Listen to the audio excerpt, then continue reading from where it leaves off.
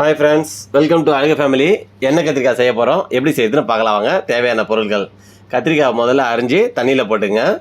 அப்புறம் தக்காளி, வெங்காயம், வேர்கடலை, தேங்காய், 2 வரமிளகா, இஞ்சி, பூண்டு, பச்சை மிளகாய், ஒரு உருண்டை புளி. இது தேவையான பொருள். இதெல்லாம் ரெடி பண்ணி வச்சுங்க. அதுக்கப்புறம் வேறு என்ன தேவைன்னு பார்க்கலாம். பட்டை, லவங்கம், சோம்பு, கசகசா, மிளகு, ஜீரகம், இதெல்லாம், தனியாத்தூள், மிளகாத்தூள், பெருங்காயம் கொஞ்சம், மஞ்சத்தூள் கொஞ்சம். இந்த பொருள் எல்லாத்தையும் மொத்தமாக சேர்த்து மிக்ஸி ஜாரில் போட்டு அரைச்சி எடுத்துக்கணும். தேவையான பதத்தில் அரைச்சி எடுத்தாச்சு. இப்போ அது எப்படி சேர்க்குறதுன்னு பார்க்கலாம்.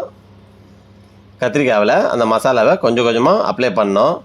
அப்படி ஊறும் போது என்ன ஆகும்னா, உங்களுக்கு சாப்பாட்டில் சாப்பிடும்போது நல்ல டேஸ்ட்டு கொடுக்கும். அதுக்கு தான் இப்படி பண்ணுறது.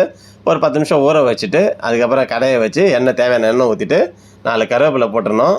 அதுக்கப்புறம் அந்த மசாலா தடவின கத்திரிக்காய் இருக்குது பாரு, அதை தூக்கி இந்த கடாயில் போட்டு நல்லா செவ்வனியாக ஆகிற வரையும் கத்திரிக்காய் நல்லா வேகணும். அந்தளவுக்கு நம்ம பொறுமையாக பரட்டி எடுக்கணும்.